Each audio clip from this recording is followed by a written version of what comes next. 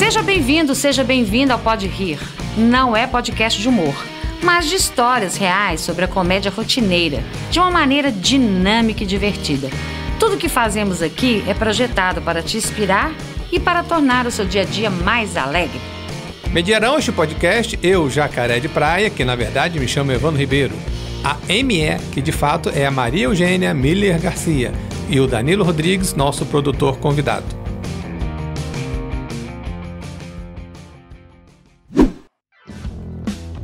O Pode Rir tem os patrocínios de Ikigai, o escritório compartilhado em que paixão, missão, vocação e profissão se encontram para uma vida longa e feliz. Cafeteria Gourmet, a mais amada pelos clientes. E da AGQ Brasil, a qualidade que sua empresa merece.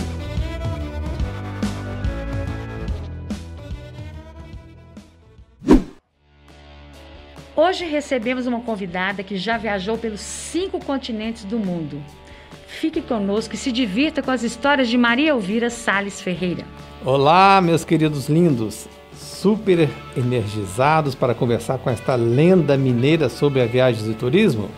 Jacaré, você já viajou em quantos países? ME, eu realmente não viajo muito não, você conhece bem assim, o sul da América do Sul, Argentina, Uruguai, Paraguai, Bolívia já fui também, e alguns países da Europa que eu fiz o Santiago de Compostela, na Espanha, e Portugal e França. E você? Você já foi viajar muito, você gosta de uma estrada. Eu já viajei bastante. Desde os meus 14 anos eu viajei. Minha primeira viagem, sozinha, sem meus pais, foi para os Estados Unidos com 14 anos de idade. Foi fantástico, foi a sensação de liberdade. Com 14 anos eu tive uma sensação de liberdade. Que legal. Que foi conhecer um outro país e sozinha. E dali pra frente eu conheço outros lugares também, conheço o Brasil também. Você já conheceu alguma fazenda de búfalo, Maria Eugênia? Pois é. E essa história eu já sei, né? Como sempre, toda abertura do programa tem que ter uma pérola da ME, né? Sim, eu estava com um americano aqui em Belo Horizonte e esse americano, ele veio ao Brasil para negociar uma exportação de café. Eu na minha posição de consultora de uma empresa de exportação. E ele veio em Belo Horizonte para negociar essa exportação e durante o final de semana, quando nós fizemos um roteiro, né, para ele conhecer Belo Horizonte, conhecer Minas Gerais, algumas cidades de Minas, cidades históricas de Minas. Incluímos Ouro Preto e estava incluído também Congonhas.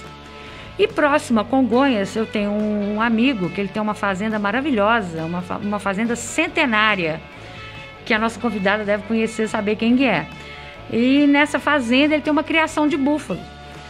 E eu não sei, naquele desespero, gente, um inglês arrastado e por aí vai. E assim, já 5 dias com esse empresário aqui. E não é fácil você trazer uma pessoa de fora, uma cultura completamente diferente. Eu acho que eu estava muito cansada, estressada, foi burrice mesmo, não sei, né?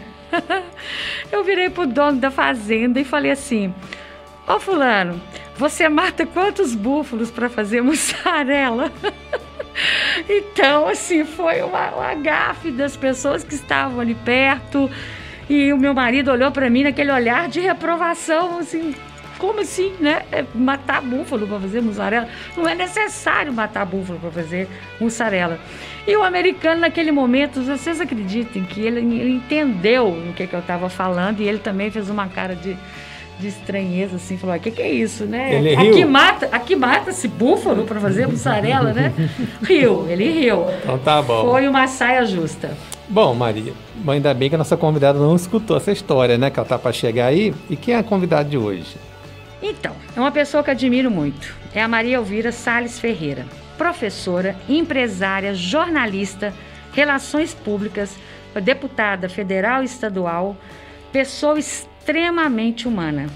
Venha, Maria Elvira, seja muito bem-vinda. Olá, minha gente, é um prazer estar aqui participando desse podcast e falando de uma das coisas mais fascinantes do mundo, que é conhecê-lo, né?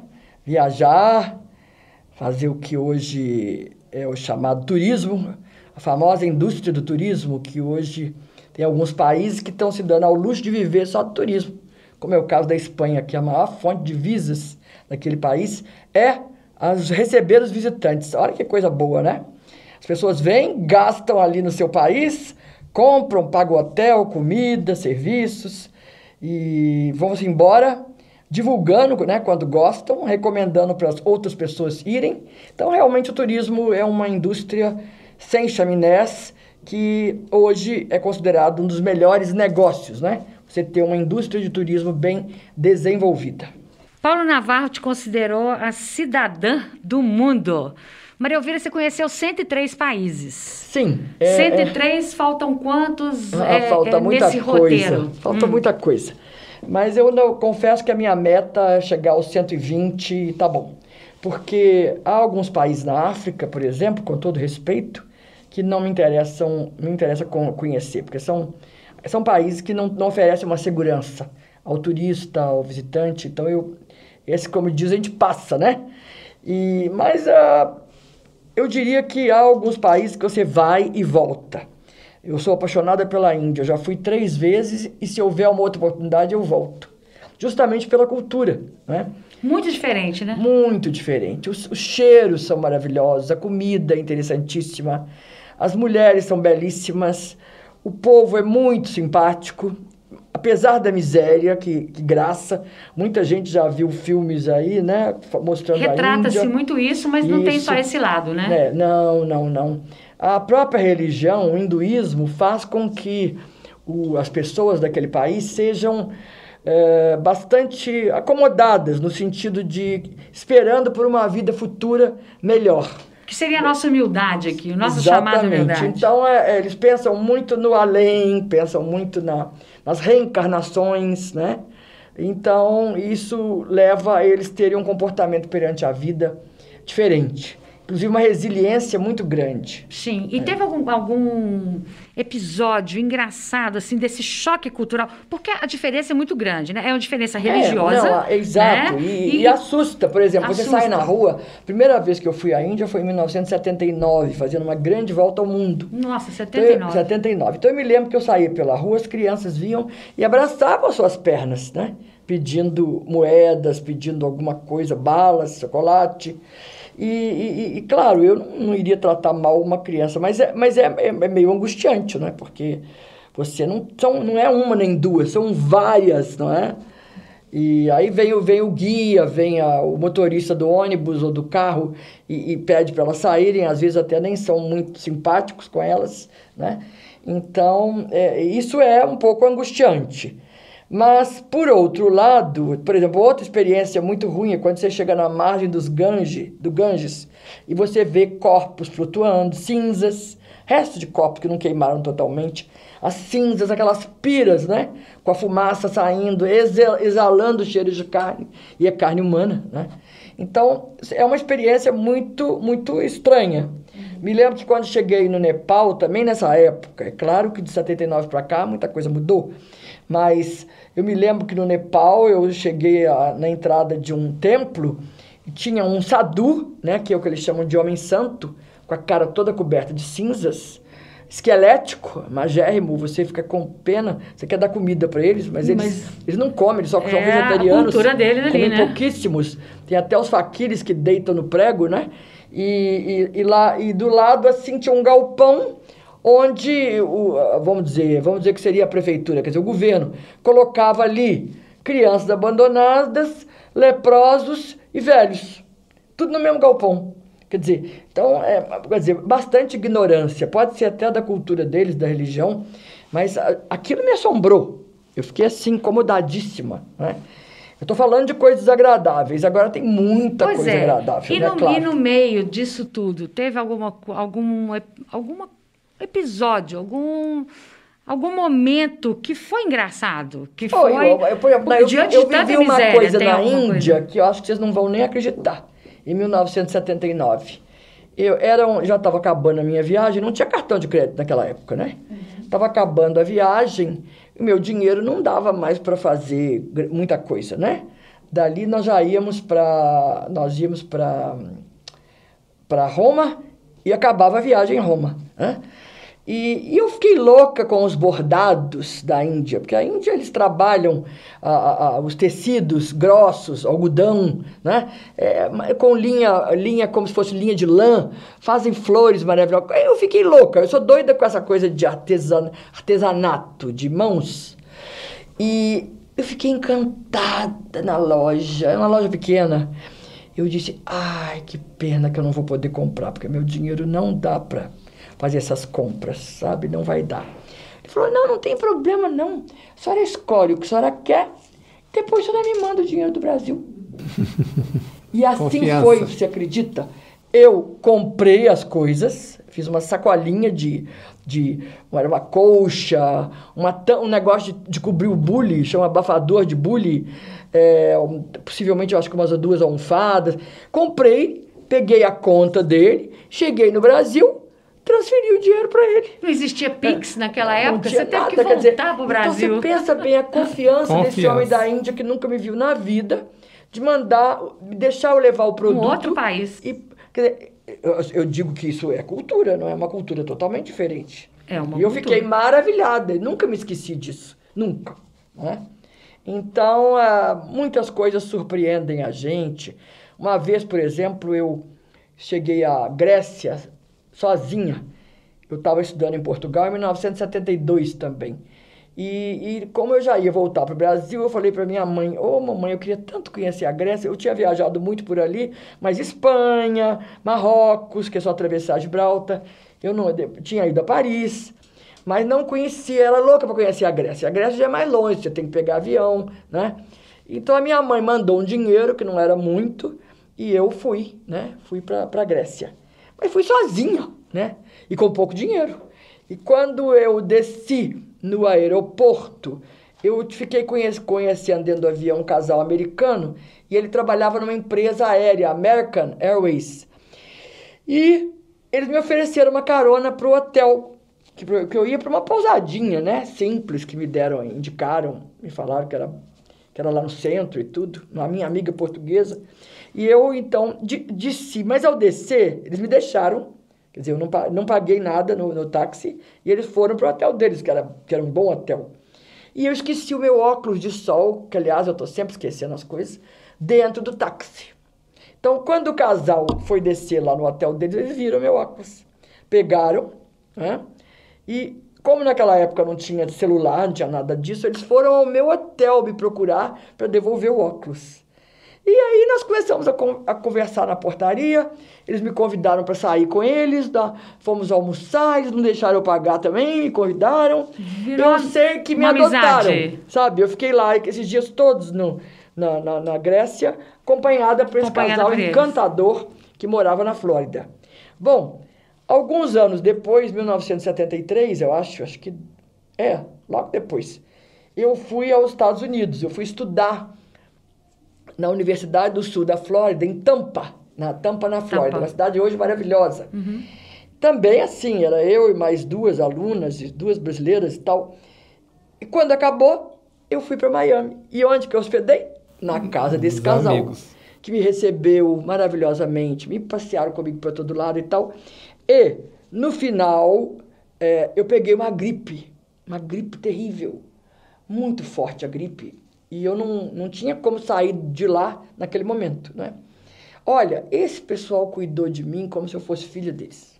Buscaram remédios, se precisasse do médico, me levariam no médico.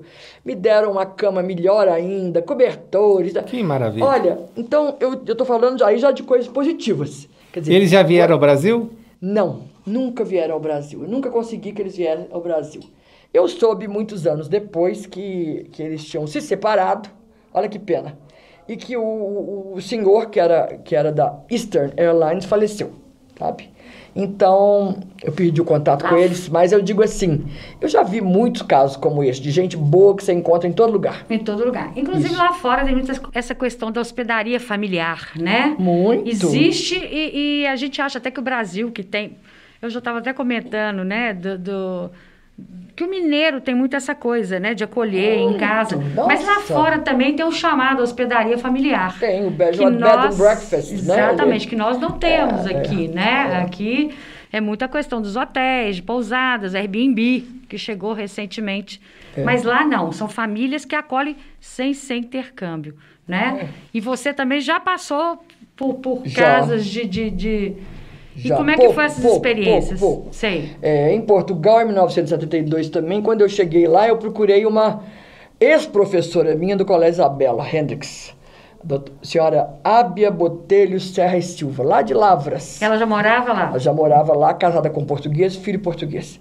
E eu ia ficar numa pousadinha, eu estava procurando uma casa de estudantes, né, como se fosse uma... Como é que a gente usa lá em Ouro Preto? Uma... República, como se fosse uma república. Eu estava procurando. E aí eu tinha levado um presente para ela, de uma irmã dela que eu conhecia.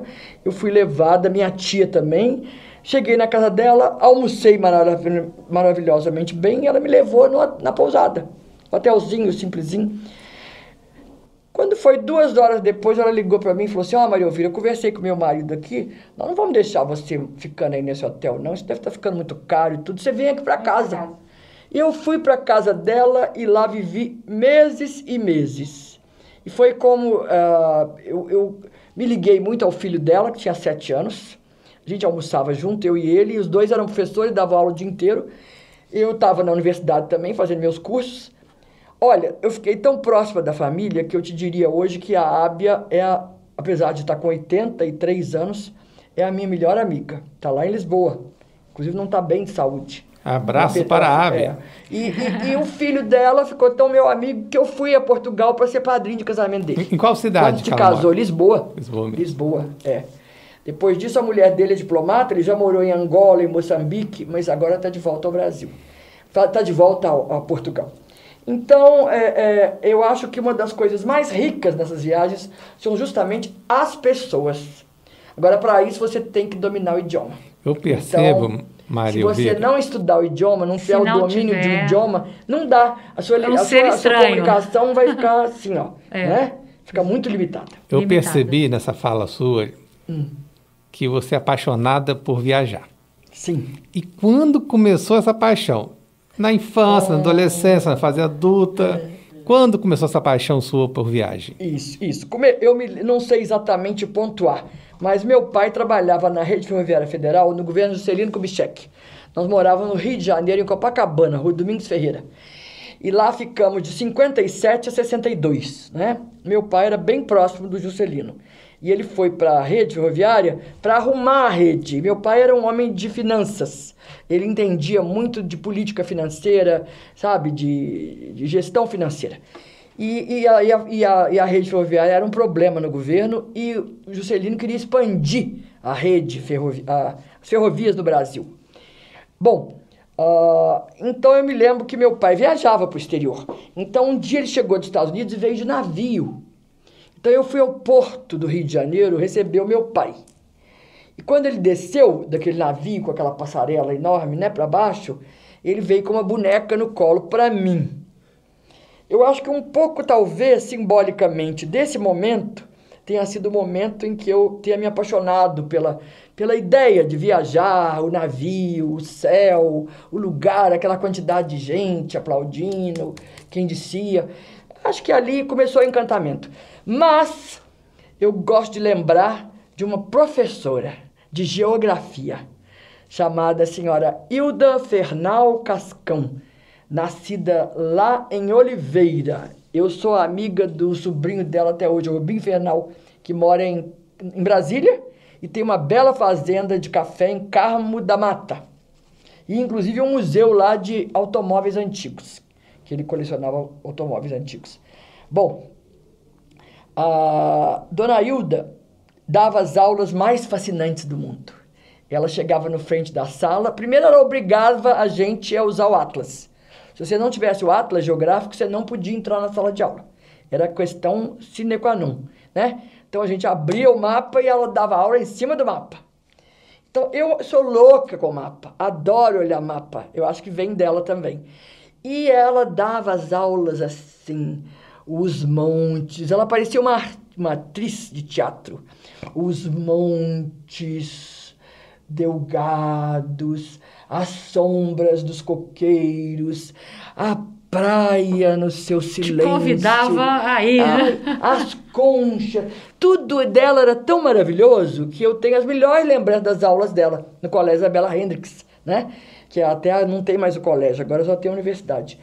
E a Dona Hilda foi o meu tipo inesquecível. Lembra daquela revista Seleções de Heather Richards? Sim. Até hoje eu leio, né? Você sabe que eu compro todo mês e leio. Tem histórias fantásticas. E lá tinha uma história todo mês que era meu tipo inesquecível. Eu adorava.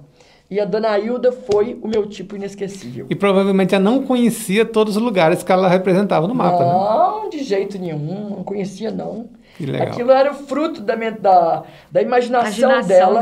E era uma mulher também cultíssima, uma mulher que lia muito. Eu soube outro dia que quando Juscelino foi à cidade de Oliveira, tinham que escolher uma pessoa para saudá-lo. Ela, professora da escolinha lá, foi escolhida. Tão bem ela falava, a oratória dela, a verve e o conhecimento, né? Entendeu? Então, essas são algumas das coisas que eu me refiro com relação ao mundo. Agora, eu acho o mapa mundi fantástico, né? Na minha casa, se você for um dia, eu tenho um mapa mundi do tamanho dessa parede aqui. E todos os lugares que eu visitei, eu ponho um alfinetinho, com uma bolinha, em cores diferentes. As cores dos continentes, as capitais dos países e outro para cidades do interior, sem ser as capitais. E no Brasil? O que mais te encantou? Nossa Senhora. Uma situação que, apesar de estar no seu país, o que foi? O que pegou? O que foi engraçado? Nossa, o Brasil é maravilhoso, gente. Acho que as pessoas não imaginam o que o Brasil tem para oferecer. Acho que de praia também, né, Maria Elvira? Mas não é só praia, é muita coisa. Você quer ver? Você está falando de praia. Você falou em búfalo, então eu queria evocar os búfalos. Eu tenho uma lembrança de búfalos muito engraçada, porque na usina açucareira Passos, no sul de Minas, o meu tio, irmão da minha mãe, falecido médico, João Batista Veiga Salles, era o presidente de uma usina açucareira muito grande, chamada Usina Açucareira Passos. E ele comprou uma outra usina e estava desmontando a usina para levar para Passos. E como meu pai era muito bom de finanças, ele contratou o meu pai num desses momentos em que ele não estava mais com o Juscelino, nem estava na escola dele, que ele tinha negócio também, e ele foi lá arrumar a parte financeira, né, do negócio. Então eu ia passar férias lá, né, na usina Açucareira Passos, ao pé do rio Paraíba. Paraíba? Me deu agora um branco. Aquele rio que passa lá em Passos, né? Me corrijam, hein? Rio Grande. E lá tinha búfalo. Fazia queijo e manteiga de búfalo, né? E eu me lembro Já fazia. Eu me lembro que eu tomei bastante leite de búfalo e tive a primeira grande dor de barriga da minha vida. Isso eu nunca esqueci, essa dor de barriga. Foi a primeira, né? Passados muitos anos, eu vejo por aí manteiga de búfalo, até compro, viu? No supermercado tem, é muito boa. Tem mussarela de búfalo e tudo. Tem. Sem precisar matar a búfalo, né? Sem precisar matar.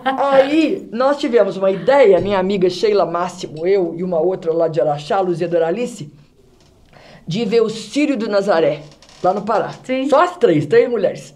Nós vimos o Círio, né, na capital. Depois nós fomos para Santarém, né? E de Santarém nós pegamos uma voadeira, que é aquele barco que faz assim, né? Sim. Aqui fica rodando atrás, que nos levou até o Marajó. E lá em Marajó, que por sinal tinha muita água, né? Nós vimos manadas de búfalo enorme e eu andei em cima de um búfalo, né? Andei em cima de um búfalo. Você sabe que é uma boa montaria? Eu gostei. É mesmo? Eles são estáveis, são mansos. Jamais montaria no porque búfalo. são grandes e não são rápidos, né? Montei. Eles não são rápidos. E depois eu andei num cavalo, que eu gosto muito de andar cavalo com o fazendeiro, correndo para poder tocar os búfalos. Nós fizemos essa experiência. Eu vivi essa experiência. As minhas amigas morrendo de medo. E eu em cima do cavalo, junto com o fazendeiro. E, sabe, com uma vareta assim e tal, para juntar os búfalos que tem que tomar um destino, né? Uma direção. Então, eu assim, tive uma ótima experiência. Amei o Marajó. É atrasado? tem pouca... Mas a natureza é linda, sabe? Aqueles alagados, toca, né? aquelas árvores saindo dentro das águas, entendeu? Ficamos numa fazendinha muito humilde, muito simples, mas estava um programa delicioso. E de lá, fomos a uma praia que é considerada a praia mais bonita de Rio do mundo, que é Alter do Chão, que pouca gente conhece, mas é maravilhoso. Repete o nome aqui pra gente. Alter do Chão. Alter do Chão. Agora, voltando ao Brasil. As caminhantes da Estrada Real, depois que nós fizemos os 1.700 quilômetros da Estrada Real, nós começamos a inventar moda, entendeu? Vamos fazer viagens? Nós. E é bom que a gente viaje uniforme, então não tem problema de roupa, mala, nada disso. A gente vai uniforme, leva um agasalho, leva mais uma mudinha de roupa, lá a gente lava, entendeu? Um protetor solar, chapéu e pronto. E dessa forma nós fomos conhecer o Jalapão, que é maravilhoso, em Tocantins. Passamos por Palmas, na capital, e fomos ao Jalapão.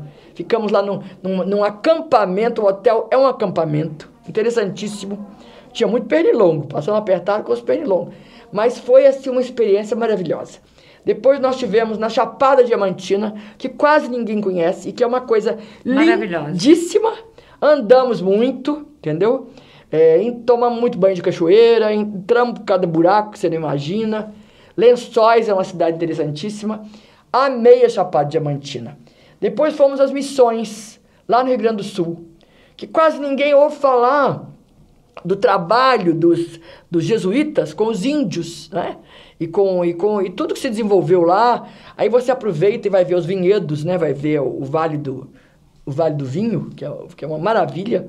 Ninguém imagina como é que está desenvolvido o vinho no Brasil. Está cada dia melhor, né? Lá no sul, e agora também aqui em Petrolina, no Vale de São Francisco. Bom, nós fomos também conhecer o Canyon do Xingó, em Sergipe, que foi onde morreu aquele moço da Globo, aquele bonitão, né? Eu esqueci o nome dele, né? Domingos, é esse, faleceu. Nós passamos ali, por onde ele morreu afogado, fomos até o Canyon do Xingó, fizemos uma pequena caminhada na chamada Rota do Cangaço, onde mataram o Lampião e Maria Bonita, que eles foram tocaiados lá. Nós fomos até o lugar onde eles sofreram a tocaia da polícia, né? Então, Minas Gerais, Brasil, gente, é muita coisa boa, sabe? Muita. Por exemplo, você já ouviu falar nas Serras Capixabas? É lindo! Eu nasci no Espírito Santo. Ali no Espírito Santo. Eu estive agora, ali na Rota do Lagarto. Pois é. Pedra olha aquela Azul, montanha, que maravilha. Domingos Martins, maravilha. Domingos Martins, amei jamais também. Poderia imaginar que Espírito Santo reservasse coisas tão belas, né? Nós fizemos as serras catarinenses, o Vale Europeu, entendeu? E em todos eles nós temos alguma caminhadinha pequena, né? Porque a gente vai ficando mais velha, não tem mais o fôlego de 17 anos atrás. Né? Então hoje, por exemplo, nós chamamos Amigas da Estrada Real. Não somos mais as caminhantes da Estrada Real, porque a gente não consegue fazer os roteiros que nós fazíamos. Nós estamos todas com mais de 70 anos, então a gente não consegue mais. Mas realmente, eu repito aqui, que o Brasil, a única coisa boa dessa pandemia foi a oportunidade do turismo interno. Do turismo brasileiro se desenvolver. Quer dizer, o brasileiro precisa conhecer o Brasil. Fica todo mundo preocupado só em ir para Miami, né? De ir para Nova York fazer compra. Agora não, com esse dólar do jeito que está. Agora que complicou mesmo para todo mundo viajar. Mas é a hora de conhecer as coisas nossas. Mesmo Minas Gerais, conhecer Minas Gerais.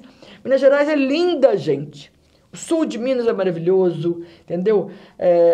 Agora, por exemplo, nós estamos querendo ir lá nas grutas lá em Januária. Como é que chama? Peruaçu. Nós descobrimos que tem lá as grutas de Peruaçu, nós queremos ir lá ver, entendeu? Então, é isso. Agora, você tem que estar antenada, você tem que ter informação. Sim, você tem que procurar. Uma curiosidade minha. Sim. Você já viajou muito. Já tem essa certeza. Sim.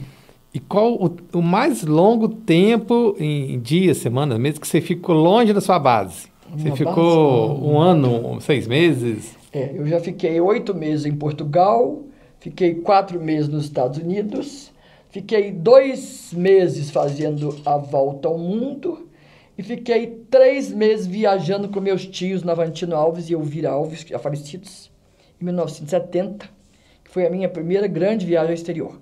Eu fui com eles, um casal de idade. Eu fui assim, tipo, adotada e eu paguei a minha viagem, mas eu o tempo todo ficava com eles. Quer dizer, era uma forma deles terem, os filhos deles terem segurança de que podiam deixar os pais viajarem pelo mundo. Então a gente fez a Europa com a Polvani, inclusive numa época que quase ninguém ia, que era a época da cortina de ferro fechada. Nós visitamos Berlim Oriental, nós visitamos Praga, na época fechada. A gente, para entrar dentro do país, a gente entrava de ônibus, eles colocavam aqueles espelhos debaixo do ônibus para saber se tinha alguém lá debaixo. A gente tinha que descer do ônibus, encostar na parede, e eles vinham e faziam uma revista, olhavam pra gente assim, tal. Essa era a cortina de ferro daquela época. Por exemplo, em Praga, eu queria comprar uma coisinha de cristal, né? Que é muito famoso o cristal, cristal da Boêmia, né? Eu não conseguia, não tinha, era tudo exportado, entendeu? E Budapeste, né? Nós ficamos em Budapeste, na Hungria, tem o rio, de um lado é Buda, do outro lado é Peste. Nossa, mas é uma cidade tão triste, cidade tão linda, mas tão triste, sabe? Então nós víamos essa época lá, entendeu? E você falou de comprar uma coisinha. Sim. É claro que você não comprou lá, mas em todas as viagens você trouxe muita coisa, imagino. Sua casa deve ser uma coleção de souvenir. Eu tenho coisa do mundo inteiro, é verdade. Eu tenho. Todos nós temos um ponto fraco, né? E eu realmente sempre gostei de colecionar. Mas hoje eu não arrependo não, porque eu estou pensando até em fazer um museu do colecionismo. E porque eu tenho várias coleções, fiz um livro, aproveito até para prometer a vocês, se vocês esqueci de trazer, mas eu posso recebê-los na minha casa para eles dar o livro com dedicatória. Olha. É um livro muito lindo, que eu editei em 2012, com renda toda, na época, para o asilo da minha mãe, que ela construiu lá no bairro Betânia, e hoje ela já faleceu, não é mais nosso, mas é mantido pela prefeitura, servas, uma opção de gente, mas nós, no tempo da Newton Paiva, nós ajudamos muito a vida inteira, e a renda foi para eles lá. E eu te diria que eu tive um prazer muito grande de fazer esse livro, porque aí eu vi a quantidade de coisa que tinha colecionado ao longo da vida. E tem uma coisa que muita gente não sabe, Jacaré. Os grandes museus do mundo, todos eles começaram por causa de um colecionador. Se não tivesse um colecionador, que geralmente é um maluco, né? Porque o colecionador é maluco. A gente para poder adquirir uma peça, você faz qualquer coisa, entendeu? Você carrega aquele trem nas costas, você entra no avião, briga com os outros por causa da peça, entendeu? Você despacha. Por exemplo, eu coleciono Papai Noel. Houve uma época que eu cheguei em Gramado, eu fiquei tão louca com o Papai Noel, era uma época que eu tinha uma situação financeira muito boa, aí minha empresa estava muito bem, entendeu? Eu comprei um caminhão de Papai Noel. Nossa. E trouxe para Belo Horizonte. Quer dizer, e quantas pessoas se apaixonaram pelas minhas casas do Papai Noel que eu montava. Eu e a minha equipe, Eu ia colocar a casa do Papai Noel, tão visitada. A fachada da minha casa na Pampulha era um ponto turístico. Então, e aberta a visitação, né? Aberta a visitação. Época. Eu não me arrependo dessas maluquices, não. Eu acho que disso aí é o que eu menos tenho complexo, sabe? Porque eu sei que deu prazer para muita gente, entendeu? Não, com certeza. Chegava assim uma Kombi, na época, Kombi com velhinhos. Eles diziam, era o passeio do asilo visitar a casa do Papai Noel.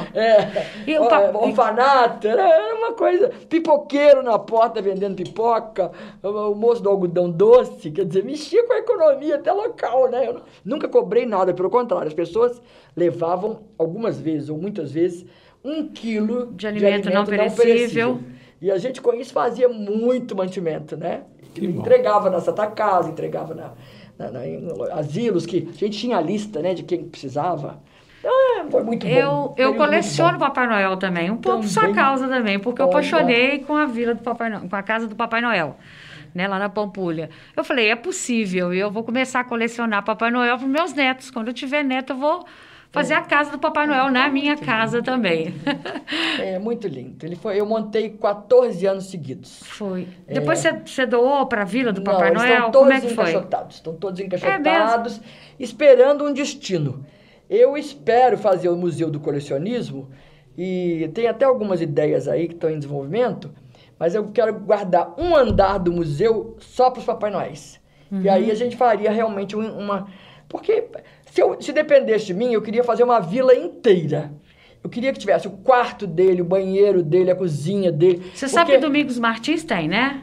Tem. A Vila do Papai Noel eu fui, e assim... Mas é muito simplesinho. Muito simples. Muito simplesinho. Mas tem essa divisão, né? Tem. Aqui seria a casa, né? Que ele mora. Pra já ter uma ideia, eu mandei fazer o pijama do Papai Noel com o nome dele bordado, Papai Noel. Entendeu? Eu tinha esse cuidado, esse carinho. A Mamãe Noel tem a camisola dela, escrito Mamãe Noel, sabe? Chinelinhos iguais, combinando. Quer dizer, então era um sonho de criança, talvez, que eu trouxe. E eu me lembro que eu comecei a trabalhar dando aula de inglês.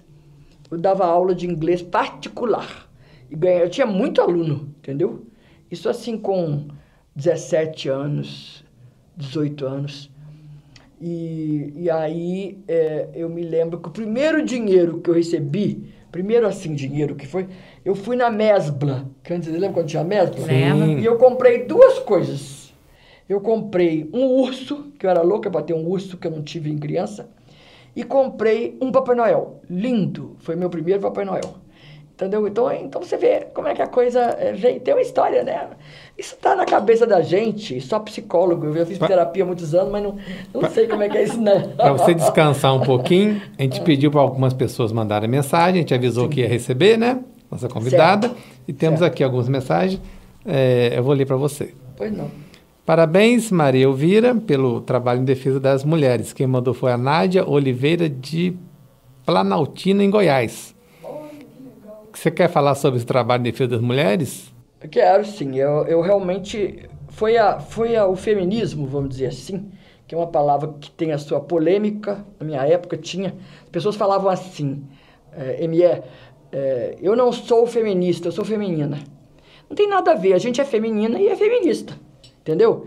Então, o feminismo é uma teoria, é um desejo que nós temos de equiparação no sentido legal dos mesmos direitos, das mesmas benesses, da mesma proteção legal em tudo, no trabalho, na família, na saúde, na educação.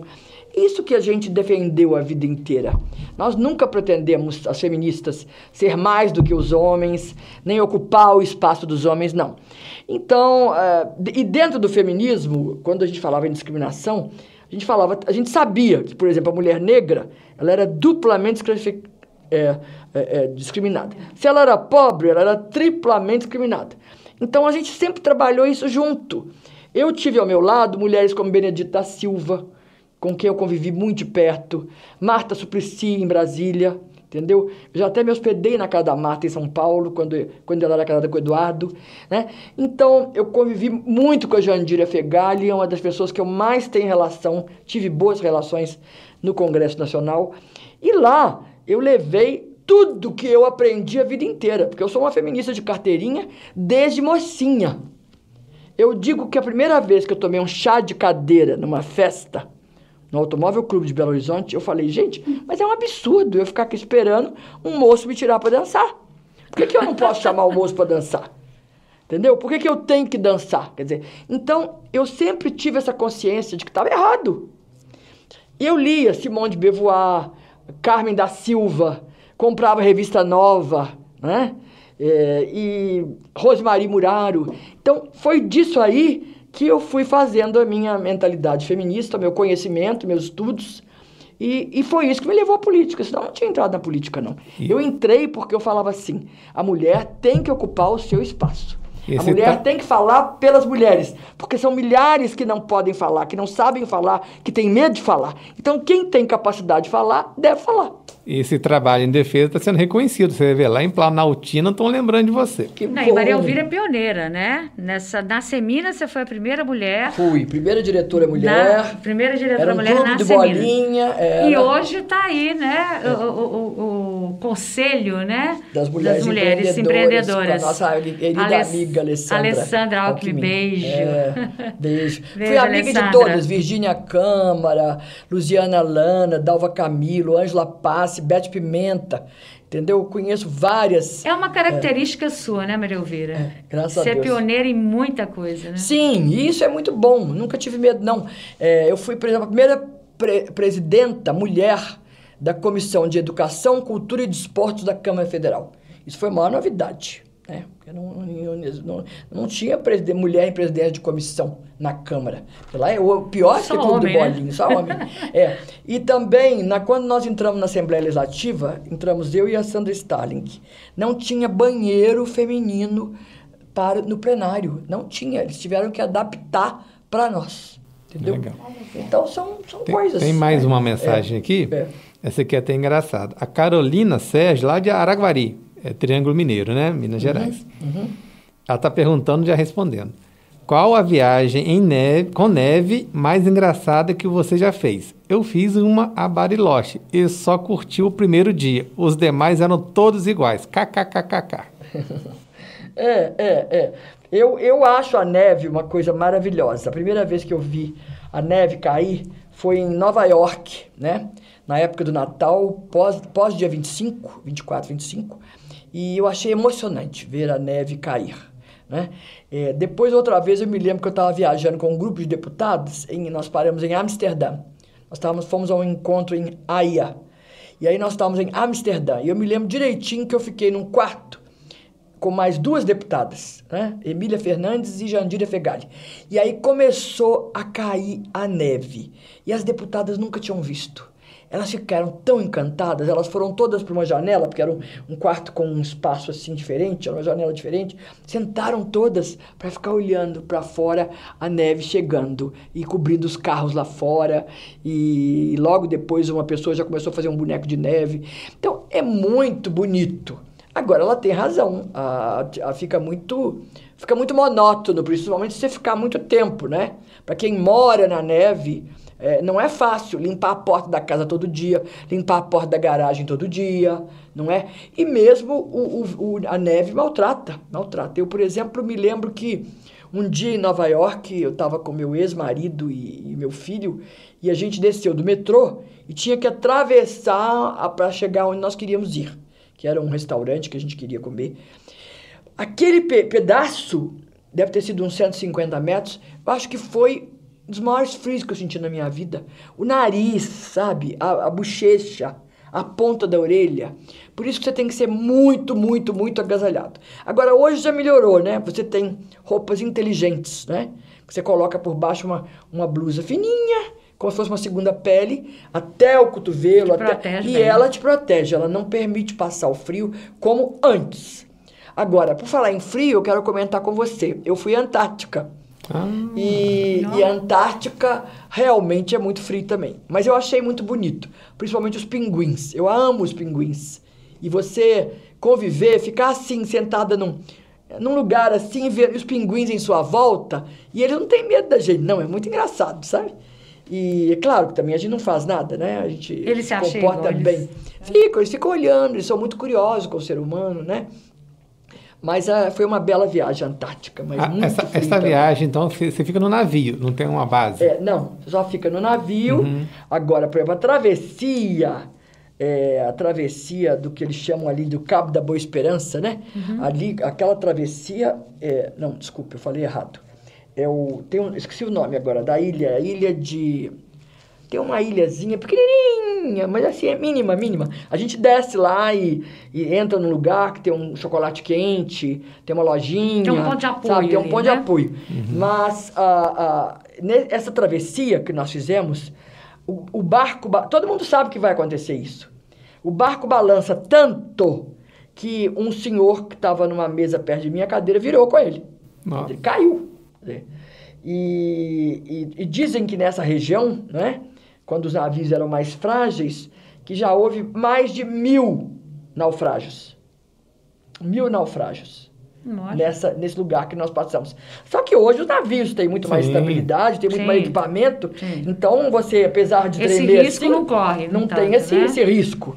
Mas imagina antigamente, aqueles barcos de antigamente. Devia ser o cabo das tormentas, né? Por aí, me deu um branco aqui, eu lamento, se eu tivesse com o telefone, eu ia ligar para uma pessoa que é uma referência para mim em viagens, que é o Flávio Gel. Sim. Flávio da Visa Turismo. Eu fiz umas 30 viagens com o Flávio. E muitos desses países nós vamos receber o Flávio exóticos foi o Flávio que nos levou. Por exemplo, você falou em coisas engraçadas. Por exemplo, nós fomos a um banquete, nós fomos recebidos, aí eu olhei para a mesa, aquele prato assim, falei, pô, isso aqui deve ser o quê? Como é aquela coisa que você come, aquela carne crua? Rosbife? Não. Tem um nome, carpaccio. Deve ser um carpaccio. Nada, era carne de cavalo. É porque a cor dela é vermelha, escura. Então, eu não consegui comer a carne de cavalo. Então, mais uma mensagem para terminar, para Maria Eugênia voltar a te entrevistar. Sim. Vamos lá. Essa aqui foi o Orestes Aguilar, de Canela, no Rio Grande do Sul. Você falou do Rio Grande do Sul, né? Que do beleza. Vinho. Certa vez, eu estive em São Paulo, com aquele trânsito parado, o motorista do táxi dormiu no volante. Sim, o carro estava parado, mas eu tive que acordar o motorista quando a fila voltou a andar. Ou seja, é trânsito. Quais cidades que você viu no mundo que tem muito trânsito? Olha, 2 cidades me impressionaram muito. 3, eu diria. 4. Bom, a que mais me assustou foi a Cidade do México, por causa da buzinação, né? Eles não têm educação nenhuma. Outra cidade que eu amo, mas que quando dá 5, 6 horas da tarde, você não encontra táxi de jeito nenhum, tem muitas dificuldades, que você tem que andar de metrô mesmo, que é Nova York, apesar de ser organizada. Em termos de organização, a mais bacana que eu já vi na vida foi Hong Kong, né? Hong Kong tem um sistema de transporte que é considerado um dos mais perfeitos do mundo. Eu me lembro que quando eu estive lá a primeira vez, que foi em 79, naquela época, eles já tinham o que a gente tem hoje. Eles tinham em 79, aqueles sistemas de ônibus, um conectado com o outro. Já era fantástico, né? Outro trânsito que me impressionou muito é o do Vietnã do Sul, né? Hanoi, por exemplo. São milhares de motos, né? De lambretas, sei lá como é que chama isso, que eles têm lá, motocicletas. São milhares. Você está passando por cima de uma ponte, você olha lá para baixo, é um mar de motos, né? E a moto lá transporta o avô, o pai e o neto, entendeu? Passa uma moto com o cara carregando um engradado de galinha, sabe? Então, é interessantíssimo, transportando... A moto é a coisa mais comum e mais usual do Vietnã. Aliás, eu gostei muito, eu adoro o Vietnã, é outro país que eu acho fantástico para se visitar. Você já esteve muito bem. Você já esteve no Líbano? Meus filhos estiveram no Líbano, em Beirute. E eles falando que lá também não tem sinal de trânsito, né? Não tem legislação de trânsito, não tem transporte público. Então, todo mundo, apesar de ser um país pequeno, mas todo mundo tem carro, porque não tem transporte público e não tem essa legislação. Então, meus filhos contando que para atravessar era uma loucura. Eles tinham que ir devagarzinho, pedindo os carros para parar, né? Para eles atravessarem. E os carros também, que batia e descia, um conversava com o outro, pegava o carro, andava, depois... Que era uma loucura, assim, totalmente diferente, né? Olha, eu estive no Líbano uma vez, gostei imensamente. Lamentei não ter ido no Líbano quando ela era chamada de Paris do Oriente, né? Que o Líbano foi um dos países mais sofisticados em termos de cultura e mesmo de arquitetura. Porque o libanês ele é totalmente influenciado pela França. E os franceses realmente é a fina flor da intelectualidade e da inclusive elegância. É a segunda língua, né? E do design, né? É a França. Então, eles herdaram muito disso e eles são... Eu não estou querendo aqui desprezar os árabes, mas eles são, na minha opinião, uma cultura muito mais bonita, né? Muito mais elegante. Bom, acho a comida maravilhosa, das melhores do mundo. E quando fui, já fiquei assim muito entristecida de ver tantos prédios destruídos, tanta marca de bala, de canhão, porque afinal foram várias guerras civil, já, né?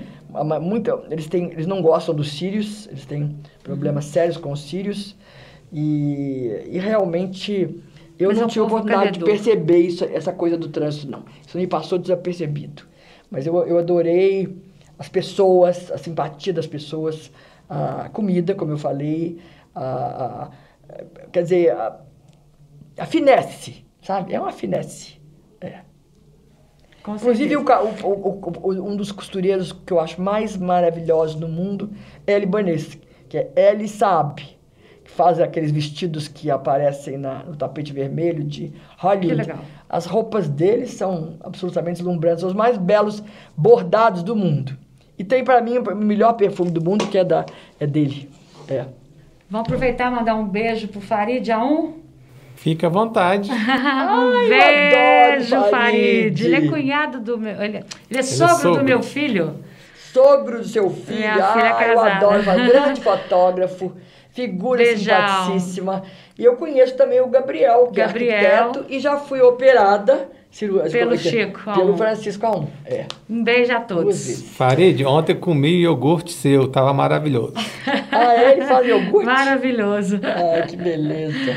Maria Elvira, já dormiu no banco da praça em algum país? Não, nunca dormi em banco de praça, não. Mas já dormi em colchão e já dormi em saco de dormir, que é bem durinho, né? Uhum. Viajando com as caminhantes, nós mais de uma vez, mas que a gente usa até muito saco de dormir, a gente, por causa do frio, a gente põe em cima da cama, né? Na cama. E deita com ele. Mas nesse lugar era muito mal acomodado, era uma sala de aula enorme, né? Fomos lá que nós dormimos, umas 25 mulheres, né? Então eu posso dizer, quase que dormimos no banco da praça. Já dormi num banco de aeroporto, já. Já. Em Londres, esperando uma conexão para a Índia, que era muito demorada, nem me passou pela cabeça de ir para o hotel nem nada, eram assim, tipo, 12 horas e tal, eu dei uma cochilada. Boa. Que ótimo. Segue mais alguma pergunta, Evandro?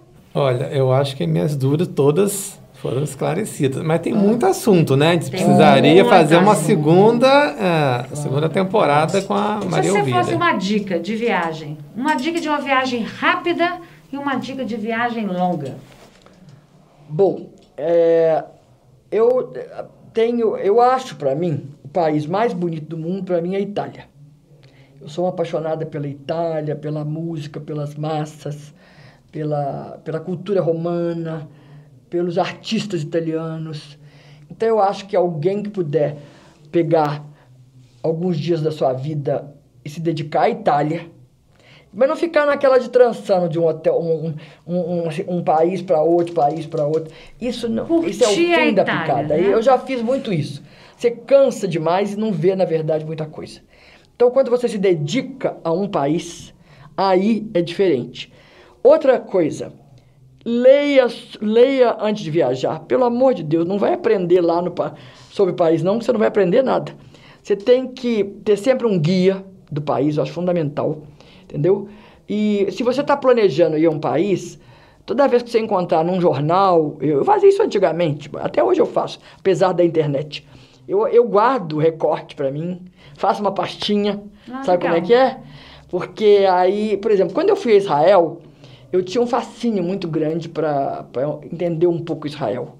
Então eu li muito, eu li sobre a independência, eu li sobre Oswaldo Aranha, que em Haia foi o homem que deu o voto, né? Ele presidia a sessão quando foi criado o Estado de Israel. E em 1987, eu passei 2 meses em Israel num kibbutz chamado Ishfaim Kibbutz, a 45 minutos de Tel Aviv. E foi realmente uma experiência, porque a gente botava a mesa, tirava a mesa, entendeu? Varria o refeitório, fazia parte das nossas obrigações. E, ao mesmo tempo, eu fiz um seminário interessantíssimo sobre sistemas educacionais do mundo, com ênfase ao de Israel. Israel tem uma educação que é de primeiro, realmente é o top do primeiro mundo. Por isso também que eles estão tão na frente na questão de tecnologia, né? Tecnologia, biotecnologia, etc, etc.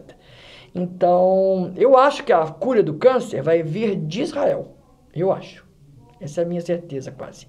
E, então, eu recomendo às pessoas que estudem antes, que leiam, que se informem. Porque é tão ruim quando você vai no lugar e você volta de lá e você descobre que não viu uma coisa muito importante. De lá, né? Que faltou ir a um lugar, perguntar alguma coisa, buscar sabe? Não pode. Você não pode. Às vezes as oportunidades são únicas, você não vai voltar mais. Então você tem que estar bem informado e enfronhado sobre tudo que você vai ver ou que você gostaria de ver. Meus queridos lindos, estamos chegando ao final. Maria Elvira, te agradecemos pela participação. Aproveito para enviar um salve a você que nos escutou e aos meus amigos Alexandre Pierro e Marília Cardoso. Em breve estarão conosco aqui no Pode Rir, na temporada Pizza e Trabalho, lá em São Paulo. Maria Elvira, muito obrigada. Mais uma vez, admiração. Maria Elvira, seu trabalho é belíssimo. Eu conheço a Maria Elvira, o outro lado da Maria Elvira.